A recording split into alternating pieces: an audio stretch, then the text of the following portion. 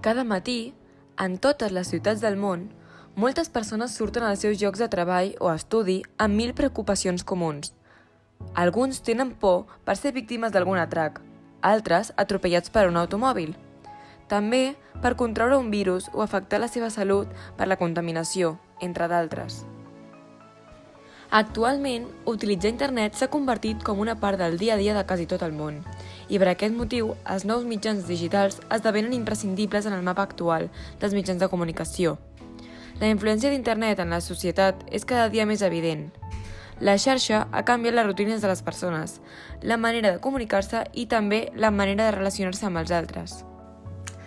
Bé, doncs, primer de tot em presento, jo sóc la Júlia Perales i en aquest vídeo explicaré com afecta l'internet en la comunicació de les persones. Podrem veure els punts negatius de cara al creixement d'internet, ja que ja estem acostumats a escoltar sobretot les millores de la xarxa i la seva part positiva, i aquesta part ja ens sabem.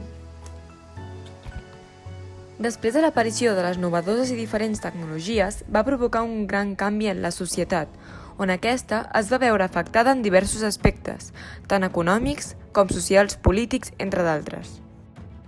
El creixement imparable d'internet en els últims anys, així com l'evolució de les nombroses tecnologies relacionades, ha provocat un ràpid creixement dels mitjans de comunicació digitals.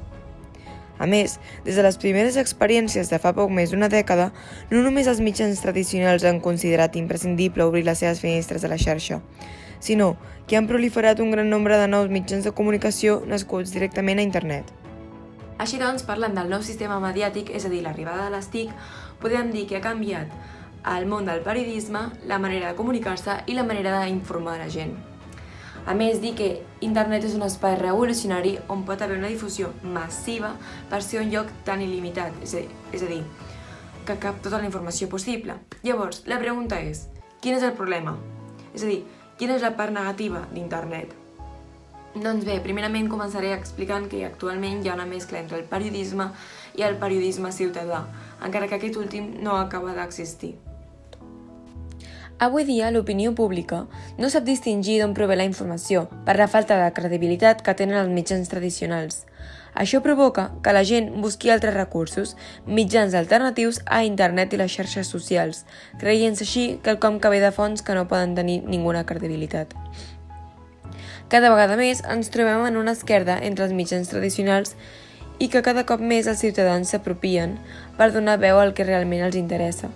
Per exemple, a Kuwait, un lloc on hi ha hagut diverses mobilitzacions històriques que han sigut organitzades i explicades a diferència dels mitjans de comunicació a través de Twitter, aquests mitjans de comunicació no han volgut viralitzar aquestes manifestacions multitudinàries, encara que els ciutadans volguessin tractar alguns temes.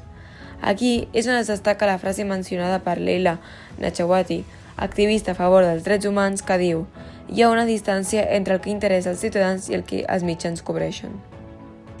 Parlant d'un cas més específic, el periodisme, internet ha afectat de manera negativa, ja que no s'ha adaptat al recurs periodístic, sinó ha simplificat les coses provocant estereotips i fent així que ens adaptem al llenguatge de 140 caràcters d'internet. És a dir, breu i simple.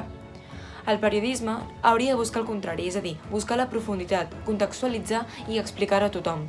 Bàsicament, buscar el perquè de les coses i les seves causes. No obstant això, actualment anem al més superficial i al que impacta. Segons Maite Carrasco, reportera de la Guerra Independent, el periodisme ha de retrobar-se amb si mateix, tornar als seus orígens. Per tant, resumint-ho tot amb una única frase, internet, encara que sigui de gran utilitat, estant present sempre, no s'ha adaptat al discurs periodístic, sinó a l'inrevés. Encara que cal destacar que els governs han evolucionat en el control, la repressió i el seguiment dels ciutadans, parlant genèricament.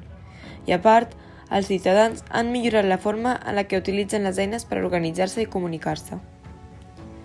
Concloent, totes les coses tenen una funció. Internet ha donat moltes opcions a les persones i influencien el seu dia a dia.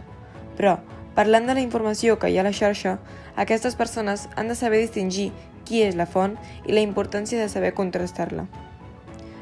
Com diu Samuel Aranda, a vegades ens trobem en carència de llibertat de premsa, i això provoca reaccions humanes comuns.